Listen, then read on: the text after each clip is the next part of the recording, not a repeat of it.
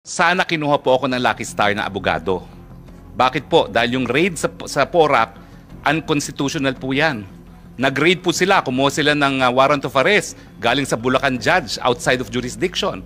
Excuse me, sige. Well, hindi natin ano ini-investiga yung raid. We are investigating yes, the ma'am, but I'm POGO. just saying So, kasi... please just make your answer mabilis to lang this po. short. Kasi Yes. it was actually just a yes or no Ma'am, question. but ma'am, let us be fair because you have been insinuating I am a lawyer for Lucky Star. That is why... Excuse me, the chair has not been insinuating anything. The chair and the members of the committee have been asking questions based on the testimonies, sworn testimonies of PAGCOR Chair Tenco, Attorney Fernandez of PAGCOR, and other resource persons. So the resource person will not impute any insinuation to the chair. Will please just answer the questions. The chair has given the resource person Your Honor, leeway then, to answer in the questions. in the interest So of please fairness, answer properly. may I be allowed to dispute then the statement of the prior resource person? We will get to that in the Okay, course so of the the question questioning again, of the Madam Chair, is... do you maintain na hindi kayo abogado ng Lucky South 99 or any POGO for that matter? I maintain as an officer of the courts and under oath before the Senate of the Republic of the Philippines that I have never acted as legal counsel for Lucky South 99 or for any other POGO. Alright. Pero tama naman pong totoo na nakipag-meeting kayo sa PAGCOR tungkol sa POGO sa PORAC. Yes or no Totoo lang po yun, nakipag-meeting Okay. ako, but as I said, ang aking kasama po ay kakilala ko bilang Whirlwind Corporate Secretary and I have documents in my possession which I would like to submit now to the Senate. Yes, Kasi iba please po do yung that. Thank usap-usapan you. lang, iba kapag notaryadong dokumento.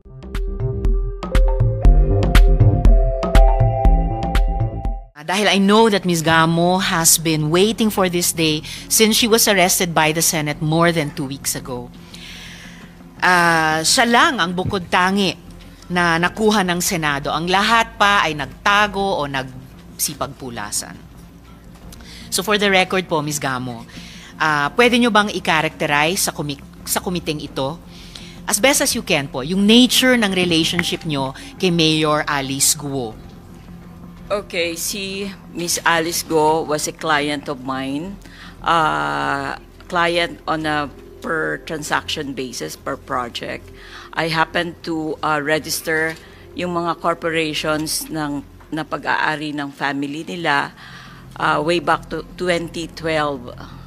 So, and then may mga iba pang mga corporation and kasama pa rin yung dalawang POGO companies.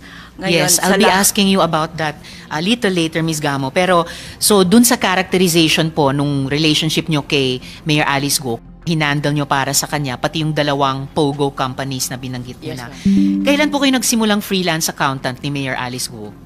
I left corporate work way back 2009. So, na-meet ko si Alice way back 2012. After 27 years of working sa corporate, nag-freelance ako until now. Madam Chair, if I may, how Yes, did you SP get to Pro meet Tem. her? She was introduced by JP Samson. Who? JP Samson. Who is JP Samson? JP Samson is the nephew of my employer, Baliwag Lechon Manok. All right. The owner of the Baliwag Lechon Manok company. Who was Mayor Alice? Who was Alice then?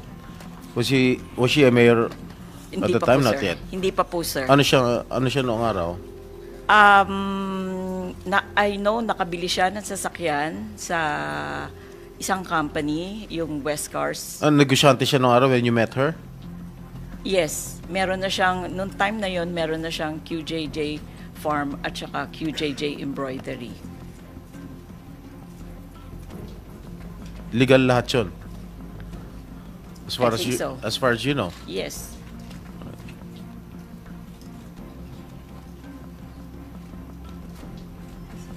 Alright, salamat po, SP Pro Temp.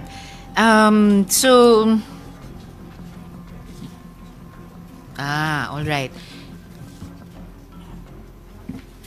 dun sa, yung binanggit po ninyong nagpakilala sa inyo kay Mayor Alice Guo na si JP Samson, siya po ay nasa AMLA report. Kaya we will ensure na andito siya sa susunod na hearing. Anyway, Ms. Gamo, so sabi nyo nga po, nagsimula kayong freelance accountant kay Alice Guo 2012. So about a dozen years ago, no? After 27 years sa private practice. And introduce nga po kayo sa isa't isa ni JP Samson. Ngayon, ito po yung mga companies ni Alice Guo o may kinalaman si Alice Guo na lumitaw yung inyong pangalan.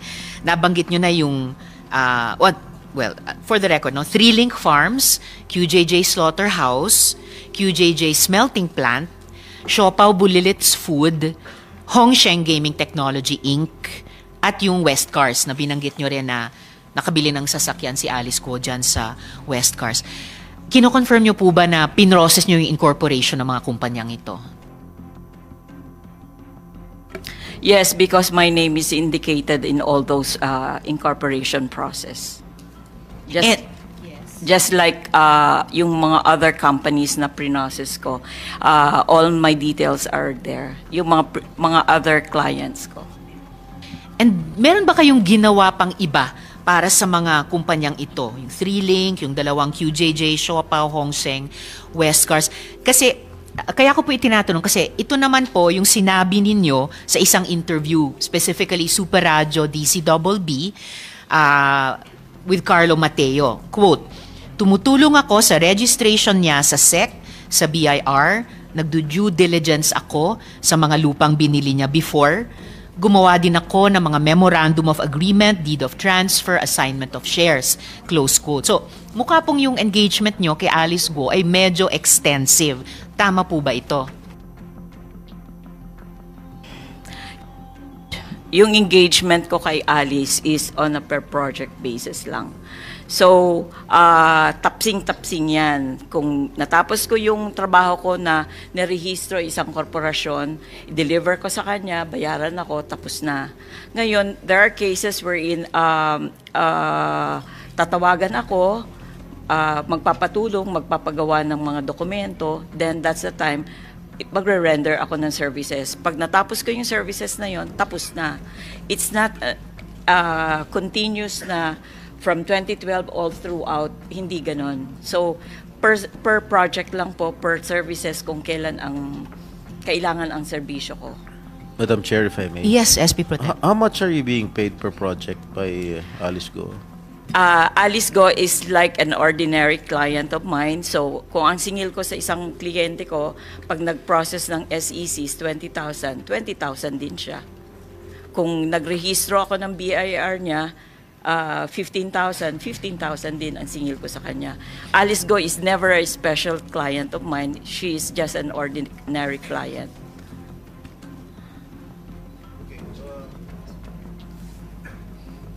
Nung nakilala mo si Alice Guo nung 2012, tama ba? 2012? Yes. Nung nakilala. Ano yung source of income niya nung panahon na yun? Para makabili siya ng property worth 12 million There sa is the Bamban. QJJ Farm, sir. There is what? Yung company niya na QJJ Farm at saka meron siyang QJJ Embroidery. QJJ? Embroidery Center. Naka ano sa Bamban yan lahat? The one in Bamban is the QJJ Farm. The one in Zambales? Marilao. Saan? Yung sa Yung farm. yung farm nasa Bamban. Alright. I call it Concepcion Tarlac. It's in Barangay Berhen de los Remedios. So I don't know Bamban and Concepcion, but I usually term it Concepcion Tarlac. Yung QJJ Embroidery is located in Marilao, Bulacan. Naging accountant ka ba nung kapatid ni Alice Guo, yung tatay ni Alice Guo? Never ho. Never. Never. Si Alice Guo lang. Yes. Yung accountant kasi, sir, is hindi ibig sabihin ako yung nagbo-bookkeeping, ako yung nagre-record ng transactions niya. Hindi. I was term accountant kasi accountant ang profession ko. Kilala mo yung tatay niya? Na-meet ko yung father niya. Na-meet ko yung father niya, sir. In check? Siyempre, opo. Sige. Thank you, Madam. Thank you, SP Pro Temp. So, Ms. Nancy, sabi nyo nga, per project basis, yung ginagawa nyong trabaho kay Alice Guo, at least dito sa kalahating dosenang kumpanyang binanggit ko na kinonfirm nyo, kayo nag-process ng incorporation ng mga kumpanyang ito, and a few others that you've been mentioning sa pagsagot nyo sa aming mga tanong. So, per project basis, ayon yung sabihin na extensive yung engagement nyo kay Alice Guo, pero marami-rami over the years since 2012 up to 2024. Sabi nyo hindi continuous, pero mayat-maya. So, pag sinuma natin lahat nung ginawa nyong trabaho para sa kanya on a project basis, dito sa at least kalahating dosenang kumpanya, masasabi po natin na marami-rami yung mga nagawa niyong trabaho kay Alice Guo. Yung sa mga companies na na-incorporate ko under the family of Alice Guo, hindi naman ho lahat yan operational.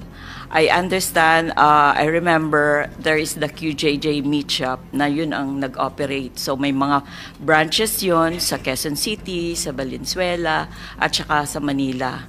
Pero yung other companies like QJJ Smelting Plant, Slaughterhouse, group of companies, yung mga Siopaw Bulilit, those are not operational as far as I know.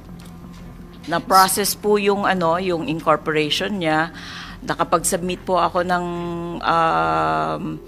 yung BIR registration niya at saka mga resibo up to that extent lang. Kung naging operational siya, I can say na yung QJJ Meat Shop lang yung naging operational among the first 5 na nirehistro ko way back 2012.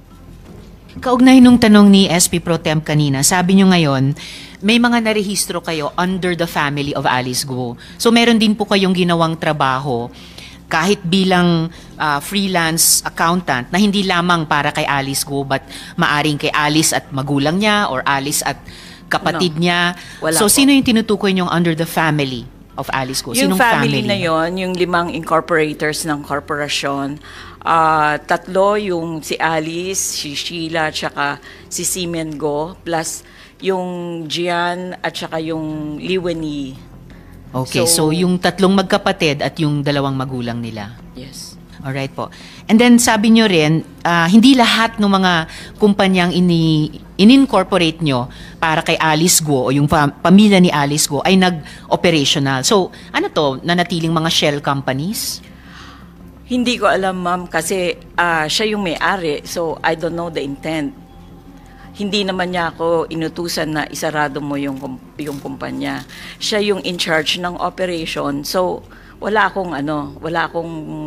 hindi ko alam kung anong intent niya doon. So paano nyo nalaman na hindi nag-operational yung ilang mga kumpanyang iyon? Hindi talaga nag-operate kasi walang report, nothing. So, base lamang dun sa walang report sa inyo for maybe further submissions, nag-conclude kayo na hindi operational yung ibang mga kumpanyang iyon? Yes. Alright. Ngayon po, yung pong ano po itong mga deed of transfer at saka assignment of shares na tinukoy nyo? Doon po sa interview nyo kay Carlo Mateo Okay. sa DZBB, ito po ba yung assignment of shares sa Baofu Corporation? Wala pa ho yung BAUFO at that time, Madam Chair.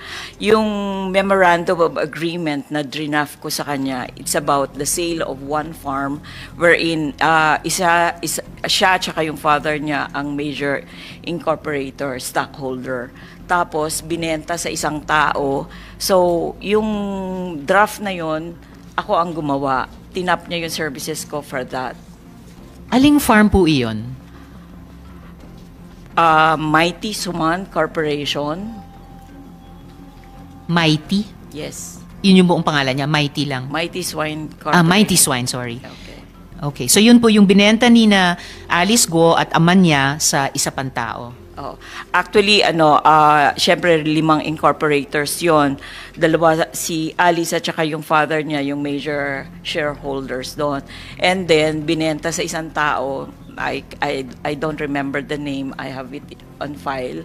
So, that's it. That's around the year 2015 or 2014. Now regarding dun sa sa due diligence yung regarding sa property, may binibili siyang property dito sa Quezon City.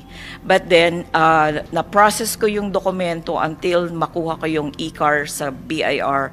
But then nagkaroon ng problema sa titulo kasi yung may-ari parang hindi, basta may problema. So, up to that extent lang yung aking ginawa na trabaho. Sa inyong marami-raming transaksyon, kina Alice Guo at yung mga miyembro ng pamilya niya over the years since 2012, wala po ba kayong napansin na kahina-hinala? Halimbawa, dito sa Hongsheng, may kagaya ni Miss Merly, na nagbebenta lang dati sa palengke, naging BPO worker, biglang at yung 3 pang kabaro na nagbebenta lang din sa palengke ng Concepcion, tapos biglang isinamang incorporator dun sa Hongsheng. Di nyo lang ba naisip na, teka, bakit ganito? Para bang may dummy incorporators? Yung sa mga other corporations niya, it's all family. Tapos nagkaroon siya ng 2 companies na yan, yung Hongsheng at saka Yung Hongsheng, ang dealings ko dyan is kausap ko si Alice, please incorporate. Ito yung mga detalye. Please assist si Miss Leila, yung tauhan niya, on all papers. So if I need anything, doon sa tauhan niya ako kumukuha ng information. So, it's always a presumption of regularity, Your Honor. Sinong Miss Leila yon? Tauhan niya yan pero I don't know kung nasaan na po siya. Ano pong buong pangalan ni Miss Leila? Leila Masiklat or Tulio, Leila Masiklat? Yes. Ano pa yung isang apelidong binanggit nyo? Tulio. Masiklat Tulio. Yes, I don't know kung alin doon yung family name niya. So either Leila Masiklat or Leila Tulio. Yes. So meron po kayong presumption of regularity dun sa mga inilalagay na mga incorporators. Pero sabi nyo nga, walang report sa inyo about some of the companies, kaya nag-conclude kayo na hindi nag-operational. Bagamat, at wala rin namang sinabi si Alice Guo sa inyo na ipasara na yung mga kumpanyang iyon. In fact po, itong mga corporations na kayo ang nagproseso ng incorporation, madami po actually dito ay napag-alaman namin na may indicators talaga ng pagiging shell companies lamang. Hindi nagbabayad ng buwis sa BIR, walang operations gaya ng nag-obserbahan ninyo, wala ring empleyado, at walang remittance sa Pag-ibig. So, hindi nyo rin po ba naisip yon na medyo problematic? Kahit nung unang napansin nyo na hindi nag-operational, tapos ito pang ibang mga indicators na para sa amin po ay indicator ng shell company. Hindi po ba nag-occur sa inyo? No, hindi po. Kasi ang concern ko lang naman po yung hanap buhay ko na mag-rehistro, mag-process ng dokumento. So, it's not my obligation to assess or evaluate or whatever. So, kanina sinabi nyo na nagsimula kayo kay Alice Guo dahil ipinakilala kayo kayong dalawa ni JP Samson. And nabanggit nyo na nga po na bago itong pag-freelance work nyo, na marami-rami ang nagawa nyong freelance project para kay Alice Guo, nagtrabaho kayo sa Baliwag. Okay? So, klaro na po sa amin iyon. Ngayon po, sa parehong interview nyo pong iyon sa DZBB kay Carlo Mateo, actually, nagkataon narinig ko po yun . And ang impression po talaga, yung dating nung pakikinig ko sa interview nyong iyon kay Carlo Mateo, parang kilalang kilala nyo si Mayor Alice. Sinabi nyo rin po doon na hindi niya nanay si Lin Wenyi dahil, and I quote, sabi nyo po doon sa interview, kung nanay niya siya, magiging proud siya na ipakilala. Sinabi nyo din po na tiyak kayo na lumaki siya sa farm. So, full of confidence. Full of confidence yung sinabi na, pwede namang sagutin kay Carlo Mateo, hindi ko alam. No? Wala kayong alam doon. Now, in light of the revelation so far dito sa Senate hearing, pinangahawakan niyo pa po ba yung mga sinabi niyong iyon dun sa interview sa DCBB? Kaya ako nasabi naman po yun kasi may interaction ako, na-meet ko yung family niya pag nagpapapirma ako ng incorporation paper, plus the fact na I can hear from yung mga trabahante niya sa sa farm yung kwento ng buhay ni Alice. So na-meet nyo yung family niya pag nagpapapirma kayo sa kanila, tapos na-overhear nyo rin sa mga trabahante. So may trabahante sa farm, pero sabi nyo rin may mga trabahante din siya sa opisina. So may opisina din po siya. Yes. Yung structure ng ano niya sa farm, may doon siya nakatira. May mga empleyado rin siya doon. And yung office, nasa farm din ba yon or nasaan yung office? Doon din sa structure na yun. It's a 2-story building. So 2-story building sa loob ng farm, Building doon or din yung office. structure, parang bahay siya, ganun. So 2-story. Yes, SP Pro Temp. Thank you, Madam Chair. Meron lang phone-in question dito. Kilala mo ba yung nanay ni Alice Go? Hindi ko masasabi na nanay. Hindi ko kilala yung sinasabi niyang nanay na yung... Wala ba siyang pinapakilala Wala. na ito nanay ko? Ganun. Wala. Kaya pati So, yung... sa pagkakaalam nyo, sino yung totoong nanay niya? Kahit yung partner ng nanay niya, ng tatay niya, hindi ko rin masasabi na nanay niya yon kasi hindi nga pinapakilala as nanay niya eh. Never siya nagpakilala No. na meron siyang nanay? O... Hindi niya pinakilala yon. Kaya ako nasabi na parang kakaiba kasi nga kung regular na Pilipino, proud ka na pakilala ang magulang mo. In her case, hindi eh. Never niya pinakilala? Never. Yung mga kapatid? Hindi rin niya sinasabi na kapatid niya, pero assumption ko lang yun. Iniisip ko na lang na kapatid niya. I don't know your relationship. Sino si Lin Wenyi? Partner ng tatay niya. Chinese national? Yes. Pure Chinese talaga? Yes. Sa incorporation papers nila, designation niya is Chinese. So, Chinese siya. Okay, thank you. Salamat, SP Pro Temp. Sabi niyo po, kung regular na Pilipino, proud kang ipakilala yung pamilya mo. So, ano pong ibig sabihin nun? Anong impression nyo? Anong relasyon nitong Alice Guo at si Lin Wenyi, tapos yung kinikilala naming ama nila at yung kinikilala naming dalawang kapatid niya, or tatlo, si Sheila, si Seaman, at saka si Wesley. Dahil pinapirmahan nyo sila ng ilang mga incorporation papers. So, anong impression mo? Anong relasyon nila sa isa't isa, itong mga taong ito? Ang impression ko lang po sa kanila is yung father, partner niya yung nanay, o nanay in the sense na yun ang sinasabing nanay, pero hindi niya sinasabi sa akin na nanay niya. Di ba? Yung mga kapatid, hindi naman din sinasabi na kapatid. So, they have the same family name. Buti na lang mas curious ang komite kaysa sa inyo or kaysa sa inaamin ninyong attitude nyo sa kanilang anim. Alright. Dinescribe nyo rin po siya, si Alice Guo, dun sa interview kay Carlo Mateo sa DCBB. Dinescribe nyo siya na mabait na bata, masipag, mabuting anak. Again, full confidence.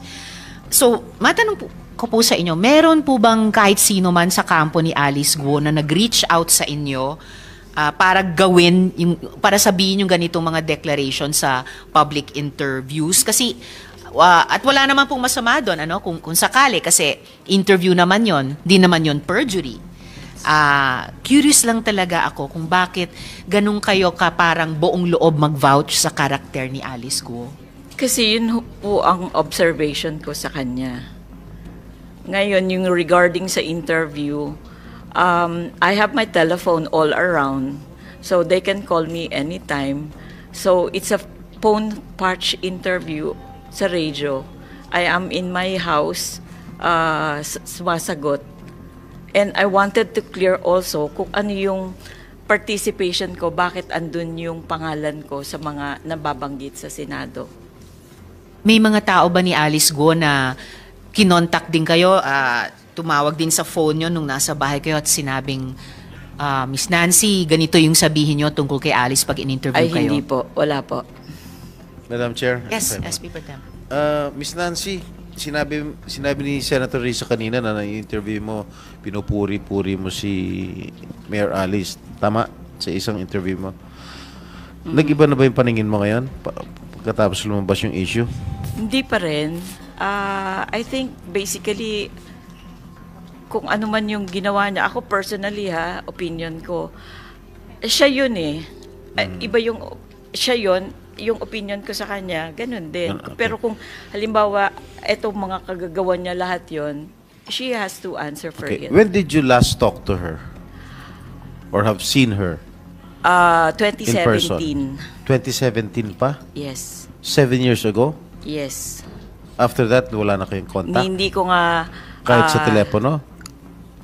Yung contact sa telepono, yung nung nagpa-incorporate siya nung first Pogo company. Tapos, yung sumunod, yung 2023, the second one. Pero yung So, hindi kayo personal- nakita during that time? No. Hindi Ano, kami telepono lang? Telepono lang. Ang nakikita ko lang siya, ang huling kita ko sa kanya is a Christmas party. I was invited ng staff niya. When was na this? pumala. 2017. So, you haven't seen So I her don't know for kung 7 2017, years? 2018, I can't remember. Matagal na. As in, matagal ko na siyang hindi nakita. So, nung lumabas itong mga issue sa TV, anong sabi mo sa sarili mo? Eh, sabi nga nila, big time naman pala yung, yung kliyente mo. Eh, sabi ko, siya lang yun. Ordinaryong kliyente ko lang yan. So, wala. Okay, thank you. Thank you, SP Pro Temp. So, Miss Nancy, aminado kayo na kayo ang gumawa ng incorporation documents ng Zunyuan. Nagpatulong ba sa inyo si Alice Guo para dito? At may sinabi ba siya na tulungan mo ito? Ganito ang sistema. Nag-message siya sa akin, I need, may papa-incorporate siya, please assist. Okay? Please assist. Ang reply ko sa kanya, give me all the details, anong name ng company, anong capitalization niya, anong objective, ang purpose, sino itong mga, provide me with all the details, incorporators, ano yung equity shares, sino yung mga yung position sa company. Kasi pag nagfa-file ka sa SEC, andun lahat yun eh. Tatanungin kung sinong treasurer. So, ganun lang po. Binigay sa akin, prinoseso ko in a legal way. Dumaan siya sa PAGCOR, nakakuha ng endorsement. So, lumabas ang SEC certification. Sabi niyo, yung isang sinabi ni Alice Guo sa inyo nung nag-message sa inyo ay please assist. Noon sabi ni Alice Guo sa amin, walk-in lang daw yung Zunyuan. So sino yung pinapa-assist niya sa inyo dito Tauhan sa niya. incorporation ng Yung si Zunyuan? Miss Laila ang kausap ko. Si Miss Laila Masiklat or Laila Tulio. Siya yung sinasabi ni Mayor Alice Guo na asistehan nyo. Yes. Ibig sabihin, nag-message sa inyo si Alice Guo at sinabi, Ms. Nancy, asistehan nyo si Ms. Laila para i-incorporate yung Zunyuan. Ganun po ba yon? Yes. Okay. Not the Sun Yes. It's the first Pogo company, which is the Hongsheng. Okay, for Hongsheng. Pero, kanina, nung tinanong ko sa inyo yung pag-incorporate nyo sa Zunyuan, sabi nyo nga, nag-message si Alice Guo sa inyo na please assist. So, doon, sa incorporation ng Zunyuan, sino yung pinapa-assist ni Mayor Alice sa inyo na ma-incorporate yan? Ang sinabi niya na pangalan, Attorney Joy, hindi ko rin siya kilala. Sino naman daw yung Attorney Joy? As I go over, Madam Chair, on the transcript of the committee hearing on May 22, inacknowledge ni Alice na yung Attorney Joy is lawyer niya. Ito ba yung si Phil Joy Baluyot? Yes. So siya ito. Nabasa niyo pala yung transcript ng hearing namin? Yes, ma'am. I'm curious. I'm almost touched. I'm curious. Bakit niyo binasa yung transcript ng hearing? At paano niyo Kasi nabasa? I wanted to find out kung ano ba yung sinasabi ni Alice. And maraming talaga, dininay niya ako, hindi niya ako kilala. Okay. I wish lahat ng mamamayan na sumusubaybay sa hearing namin babasahin yung transcript ng hearing. So that shows a lot of due diligence on your part. Bilang tao man lang or bilang resource person dito sa hearing namin, I only wish na mas naging curious pa kayo at umalam sa earlier dealings ng mga kumpanyang iyon. But anyway, so you're confirming na si Alice Guo, pina-assist niya sa inyo si Attorney Phil Joy Baluyot para i-incorporate ang Zunyuan. Anything I need about the incorporation of that company, refer to Attorney Joy. Okay, anything you need. So siya po ay abogado ni Alice Guo na may full confidence naman si Alice Guo kay Attorney Phil Joy Baluyot kasi anything you, Miss Nancy, need para ma-incorporate ang Zunyuan, mahihingi nyo at makukuha kay Attorney Baluyot. Tama po? Yes, sir. Yes, ma'am. All right. Kayo rin ba yung gumawa ng succeeding pang documents ng Zunyuan? Halimbawa, yung increase in authorized capital stock. Kasi bakit andun pa yung pangalan nyo? Okay, it's like this. Kaya nga nung may sulat ako sa office nyo, in-indicate ko yon, may notation ako. Yung 2 increases na yon, hindi ko ginawa yon. But then, they still made use sa cover sheet, andun pa rin yung lahat ng details ko. Now, I'm thinking, paano nagkaroon? Sa initial registration kasi ng corporation, yung cover sheet is generated. So pag nag-apply ka, lalabas na lang yon, may barcode and everything. Pero pag increases ng capitalization, yung cover sheet na yon, typewritten lang yon. So they could have used my name, all my details, parang ako pa rin ang nagpa-rehistro nun, pero hindi ko po ginawa yon. So, sino kayang gumawa lang ng typewritten cover sheet, ginamit pa rin pangalan nyo kahit hindi naman kayo yung nagpapa-increase ng authorized capital stock. Si Attorney Baluyot kaya ang gumawa nun? I think so. Kasi dun sa payment pa lang ng filing fees for the increase, ang pangalan ng Baluyot andun din. Ang notarial niya, andun din ang pangalan niya. So, I can say na hindi ako yun.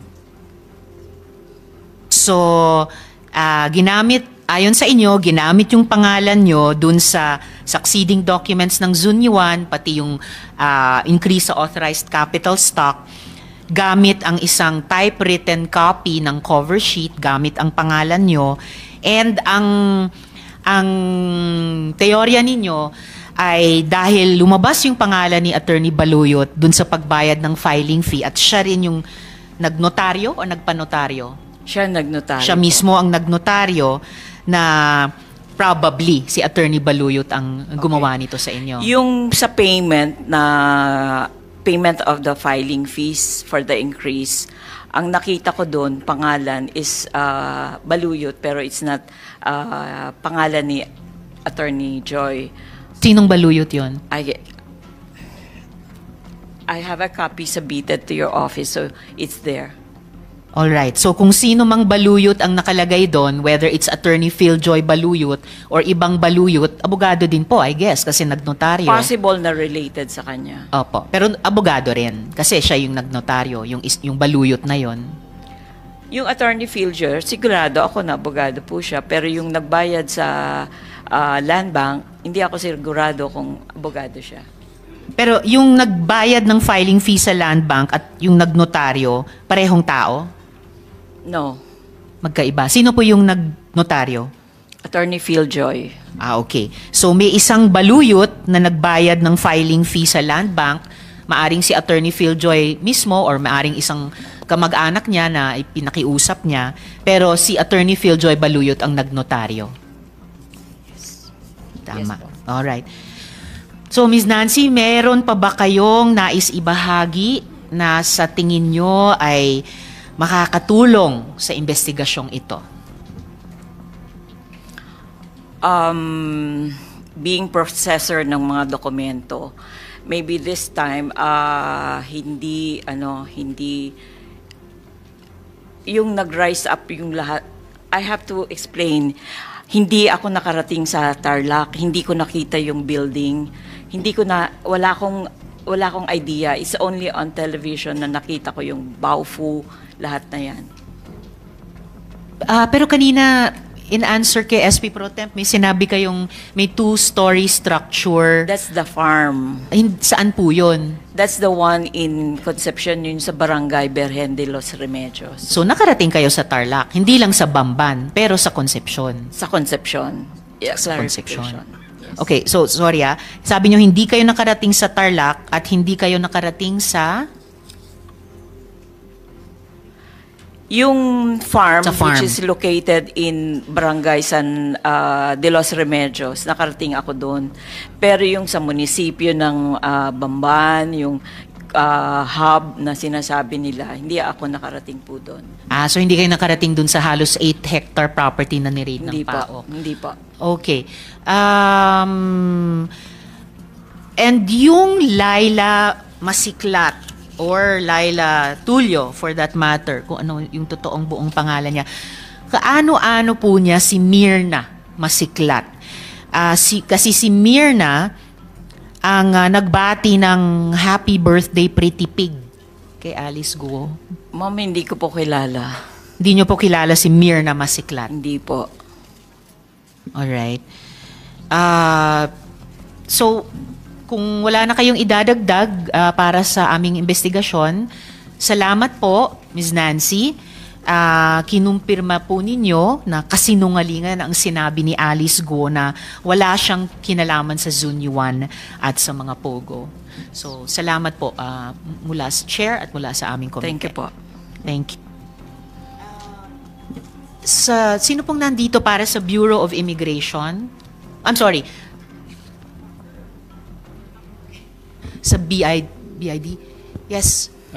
Good morning, Miss Chair. Good morning. Sorry, hindi ko makita yung nameplate ng attorney. I'm Attorney Homer Arellano po from the Bureau of Immigration. Salamat, Attorney Arellano. Nagkondukta po kayo ng raid nitong weekend sa isang subdivision.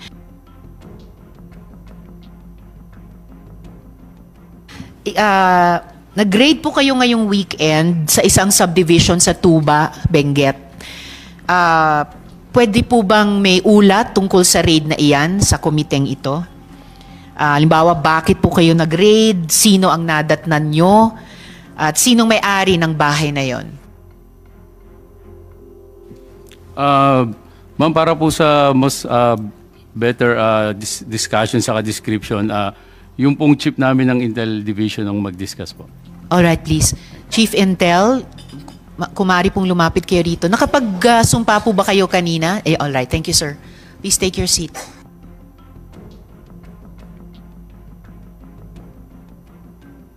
Ano pong buong pangalan nyo, sir?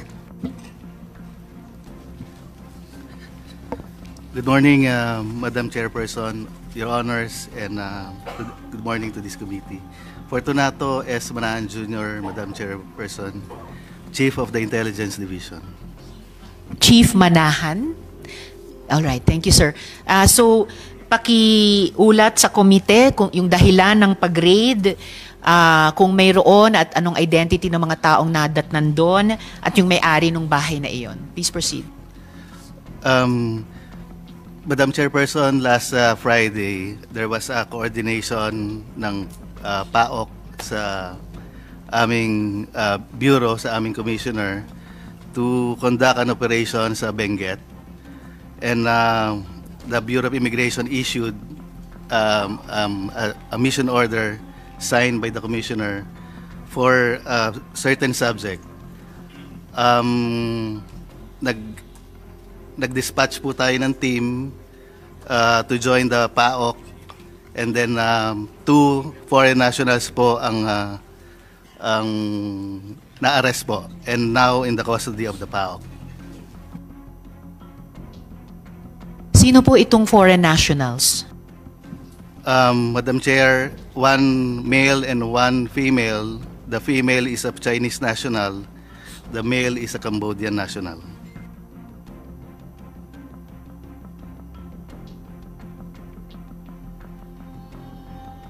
Okay.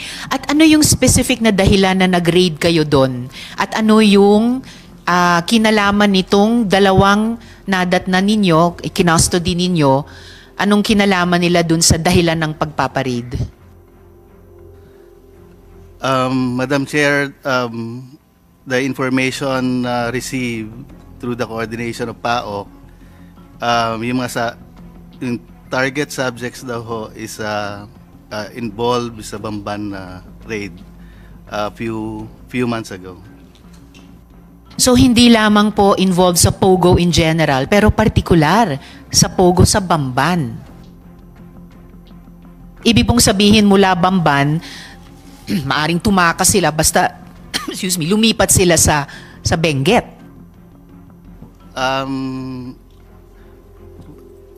Wala naman hong information na gano'n, pero yung subject po is cited daw po sa Mountain Province, which is Benguet. Okay, so yung subject persons na, kumbaga, persons of interest kaugnay ng Bamban Pogo na site sa Benguet, kaya pinaraid po sa BI. Together with the PAOK, Madam Chair.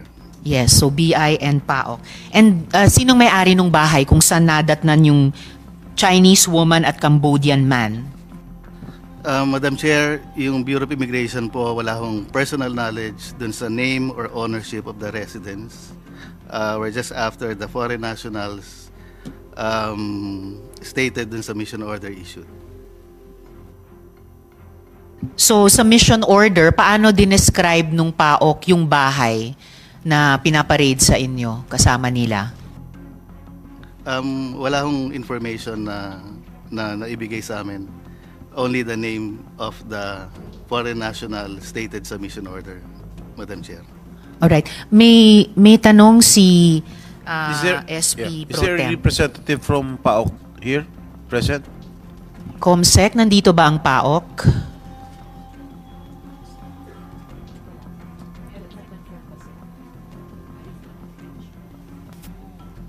Ibig Alright. sabihin, when you Please proceed. applied for a mission order, hindi nyo in-specify kung kaninong bahay yun i-raid ninyo? Yes, Madam Chairperson, Your Honor. We're just after the site and the name Didn't of the you subject. dare to ask who owns the house? Hindi po. Usually, when we conduct operations po, hindi naman ho namin tinatanong kung sino yung may owner of the establishment or owner of the house. Okay, as we speak, wala ba kayong alam kung sino may-ari ng bahay? Wala po, Your Honor.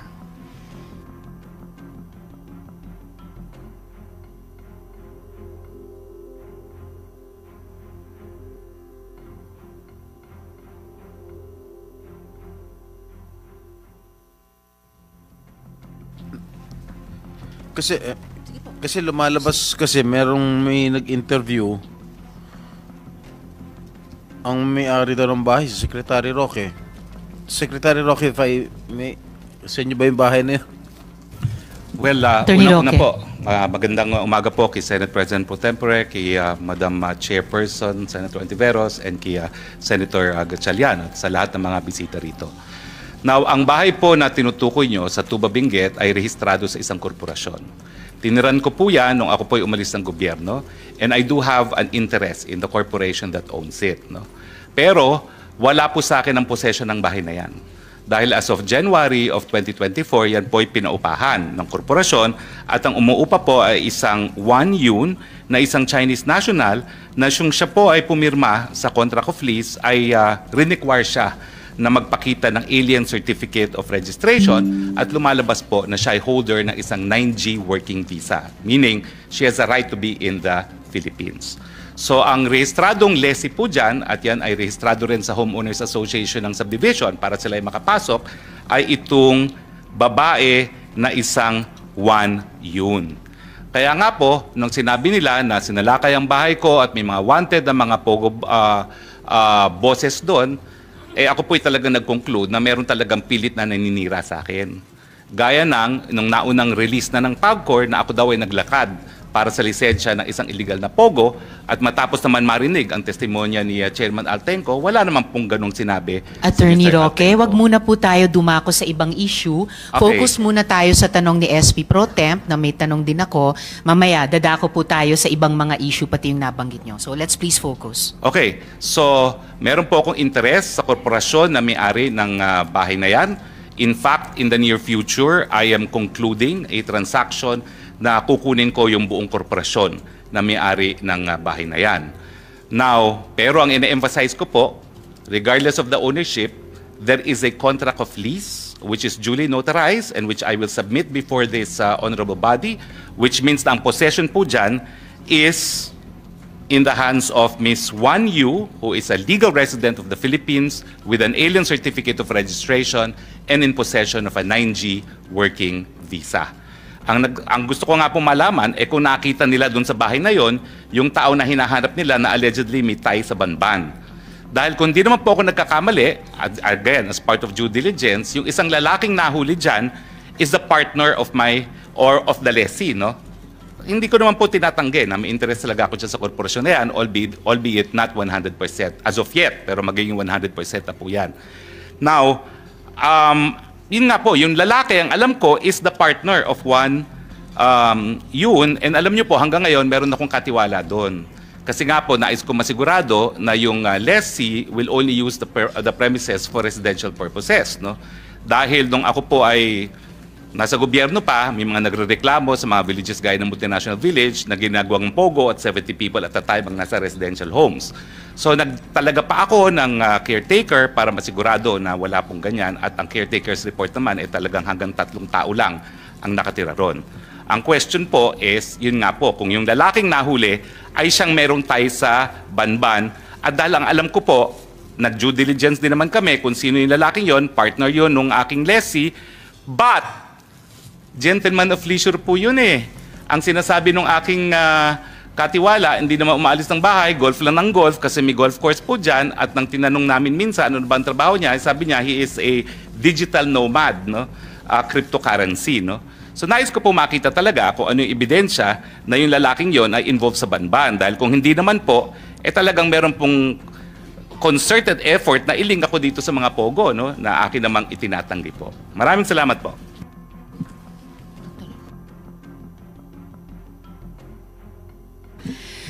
Salamat, Attorney Roque and SP Pro Temp. But follow up lang, Attorney Roque, sabi niyo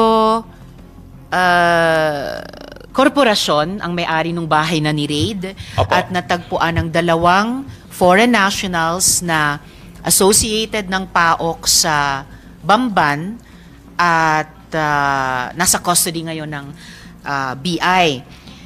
Sabi nyo sa ano yan, sa korporasyon. But you also, nung nagsalita kayo kanina, you also referred to it as bahay ko. Well, I do not deny po na I have an interest in the corporation. Hindi ko po dinideny yun. In fact, Aling korporasyon po iyan? ang pangalan po ata is PH2. Hindi ko maalala, no? PH2. PH2. Pero wait a minute. Dapat maalala nyo po. Well, you intend to mahaba po yung pangalan. procure 100% ownership Anyway, of it. maya-maya po, PH2. darating po What yung... does PH2 stand for Well, po? ano po yan eh? That's the location of the address of the house. Okay, anyway, maya-maya PH2, po... why? What's the whole address parang po of the phase house? 2, black number, gano'n. Okay, no? phase 2. Pero maya-maya po, nagpakuha ko ng contract of lease para ipakita rito sa komite na ito, no? Na, And sa ngayon po, kayo ang majority shareholder ng PH2. sa ngayon po, hindi. Hindi. Pero Anong kami percentage po, ang, ng ownership nyo? Ay, nako, nominal lang po ako ngayon. No? Nominal. 10%, 20%? Well, ngayon po lumalabas, ano lang ako, nag-subscribe lang po ako when it was incorporated, no? At sino po yung majority shareholder sa Ang majority is another corporation PH2? po. Another What is that corporation. other corporation? It's Biancham Holdings po. Ano pong pangalan? Biancham Holdings. Biancham Holdings. Holding. B-I-A-N CHAM. Bianchan Holdings. Yes, yes. Magkano ganong kalaki yung majority? Lahat po yan Sold. sa Biancham Holdings. Pero minority, wholly owned. nominal kayo. Nominal. Wholly. Oo, wholly owned po yan by Bianchan Biancham. Holdings. Sino pong incorporators ng Bianchan Holdings? Attorney Percival Ortega po at yun po naalala ko si Attorney Percival Ortega. I think meron din pong attorney, hindi ko na po maalala kung sino pa yan, pero I think meron pang, well, minimum of 5 po yan eh. Pero majority shareholder Alright. is Attorney Percival Ortega. Okay. So majority shareholder si Attorney Percival Ortega para sa Bianchan Holding. There's at least one other attorney at tatlo pa Yes. for a Apo, total apo. of 5. But okay I confirm that we're in the process of buying into Biancham now. All right. And And we sabi want a nyo nga, controlling interest. you want 100% ba or controlling We will lang? have controlling interest of Biancham po pag natapos na ang mga papeles. All right. Pero nasa Homeowners Association din po kayo ng subdivision, tama po? Well, nung simula po, dahil tinirang ko po yan nung ako po yung umalis sa gobyerno nung 2019, pero nung bumalik ako sa gobyerno, hindi na po ako tumira doon. Ano po, Biancham. it is also Biancham, no, that pays for it, no. But in any case, hindi ko po dinideny that, you know, that is a house that I have an interest in. I have lived in the house. Ang sinasabi ko lang po, pinaupahan po yan, and possession is now with the lessee. For the record, yung Bianchan Holdings, nabalita po dati na may partnership sa First Mariveles Holdings Corp o FBMHC na nag-apply for POGO license dati. Hindi po. Maaring, no. I deny It's, that. I deny that. You deny it. Okay. Yes, ang Well, we will ask application the po is proper... AFAB. Oo. It's the Freeport Authority of Bataan. Okay, It we is will not ask with that. PAGCOR. All right, we will ask that sa present and possibly past PAGCOR chairs later. Wala po yung application at all with PAGCOR. Yes, well noted yung denial nyo. Itatanong. Pero POGO po siya. Hindi po. Hindi rin That's siya a real POGO. estate development company Real na estate. nag-apply po for accreditation sa AFAB pero hindi na po na-pursue. Okay, we will ask that of AFAB po. No. The chair will say who we will ask that from. We will ask that from PAGCOR, and if necessary, invite AFAB to the next hearing if necessary. Pero itatanong muna natin sa PAGCOR mamaya. So, attorney, wala po kayong possession ng bahay pero may supervision dahil may bantay po May kayo bantay doon. Okay po. Alright, salamat. So just to continue with, salamat Attorney Roque. Just to continue with the BI, Attorney Arellano, no? Attorney Arellano. Okay. Sinabi po ng BI, Madam Chair. yes sir. Chief, Yes, sir. Fortunato Manahan po, Chief ng Intel. Oh, I'm so sorry. Yes. Opo. Sorry, sir. Salamat po. Nag-ulat po kayo sa komite namin tungkol sa raid nyo dun sa pinaraid na bahay. Pinaraid po ng PAOK na bahay sa Benguet.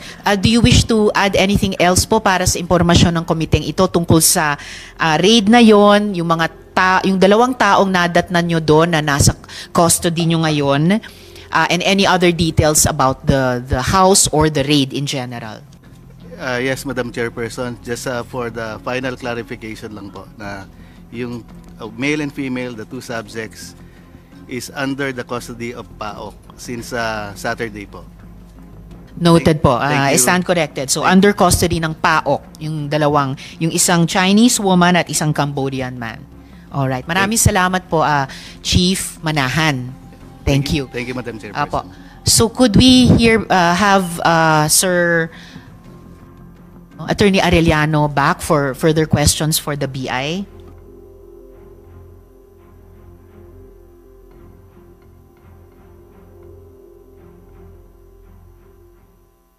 Yes, SP Pro Temp. Thank you, Madam Chair. Ano pangalan mo? Attorney Arellano? Opo. So as we speak, nakalis na ba si Alice Goo? Based po sa records namin kaninang umaga, nandito pa po si Nandito pa. Alice Go at saka yung Go Waping. May I ask the OSA kung ano ng status ng warrant of arrest nitong si Mayor Go? Ba't hindi mahanap-hanap? If they have coordinated with the police agencies concerned? Sino ang nasa OSA rito?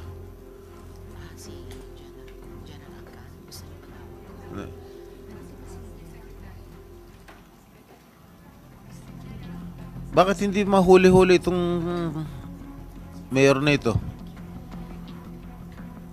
SP Pro Temp, pinapatawag po si General Angkan. Alright. Please proceed. So, as we speak, nandito pa? Attorney Arellano? Based po sa record namin, nasa Pilipinas pa po. Sigurado ko dyan, ha? Yes po, yes po. Baka nakaalis na yan, nag-private plane yan. Paano nyo matututukan kung nag-private plane yung tao? Kasama po sa mga minomonitor namin yung lahat ng ports, airports or seaports. So, kung kahit po gumamit ng Marami private tayong airports plane, dito, hindi lang sa Manila. Maraming mga maliliit na airports dito sa ating bansa. So how can you monitor it? Nang nakaalis? may mga immigration officers po sa mga iba't ibang subports at seaports. Even sa mga maliliit na airports natin, meron? Basta Na hindi po naman international airport? international. Halimbawa ako, pumunta ako ron sa Katarman Airport. Napakaliit. Wala namang immigration doon. Sumakay ako. Pumunta ako ron. O, tapos padala ako sa Hong Kong. Kaya ng isang maliit na aeroplano. Paano nyo mamamonitor yan? Usually po, pag may mga chartered flights, ini-inform din po yung immigration para i-monitor namin kung sino yung mga sasakay dun sa aeroplano. Eh, pagka fictitious yung binigay na pangalan, paano? Paano nyo mamamonitor yan?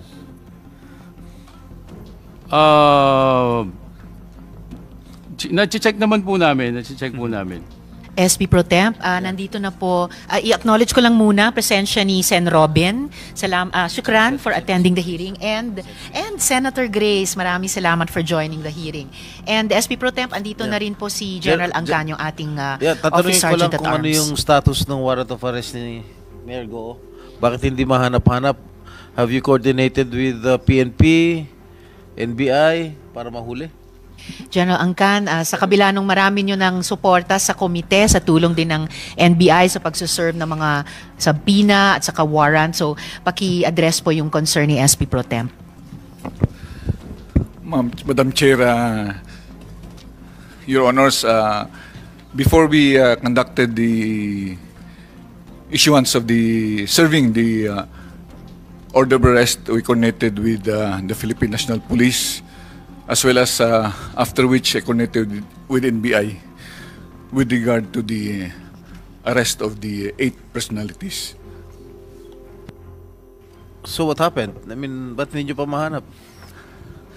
So now I'm still checking with them, and the capability of your Senior Sergeant at Arms is only to serve, and we are purely on coordination with these law enforcement agencies, Your Honor. Are there any representatives from the PNP or NBI present here today?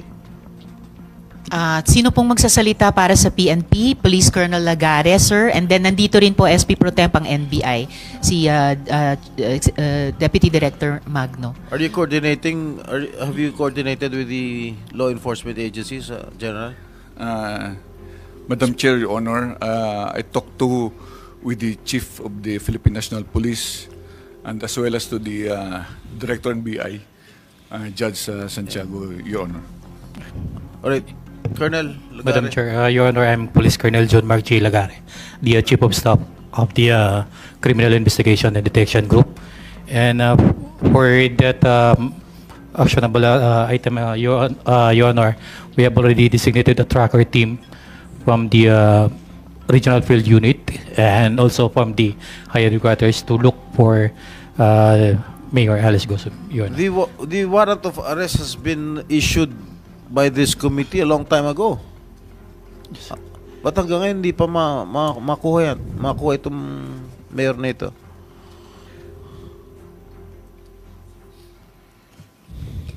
Wala ba kayong lead?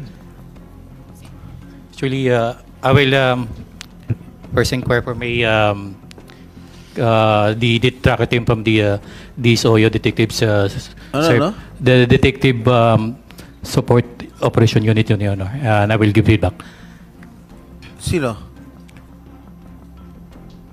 Mic niyo, sir. Sige, while waiting, who's the representative from the NBI? At SP Pro Temp, Colonel Lagare, kung maaari, bigay nyo yung sagot sa tanong ni SP Pro Temp within this hearing po. So could we hear from the NBI?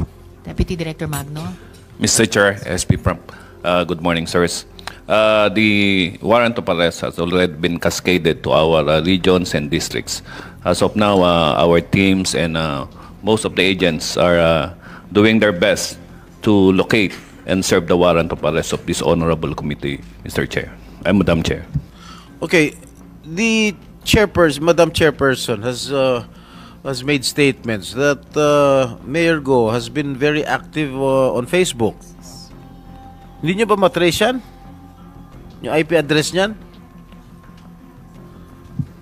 Efforts are being done by our cybercrime group, Madam Chair. Why is it taking so long? When did the committee issue this warrant of arrest against her? Kailan ba in-issue? July 11. Oh, 2 weeks na, hindi pa mahanap. I will immediately check the status right now of our Wala ba kayong cybercrime. lead? Asan Mr. siya? Chair, we were informed that by our assets as of prior to the issuance of the warrant of arrest, there are some sightings in Bulacan. However, Sightings lang. sightings lang po. Kamukha lang niya. However, when the team went to the possible locations of these sightings, ay as of now, malalaman po natin na wala naman pong nahuli o nakita pa po, Mr. Chair. Madam Chair. Kailan niyo mapapangako sa committee ito kung kailan niyo mahuli yan? We will try our best, Madam Chair, to issue to serve the warrant of arrest soonest, and we will submit a report to this effect. If you cannot arrest her within a month, baka maapekto ng budget ninyo. Noted po, Madam Chair. Yes, sir. We will do our best. Ganon din sa pulis yan. Pag hindi nyo mahanap within a month yan. Dahil we cannot just keep on waiting here. Mahina yung mga intelligence ninyo pag ganon. Ang dami-daming mga nasa-serve ng warrant of arrest yan. Mabilis mahuli. Bakit ito? Kilala pa, hindi nyo mahuli.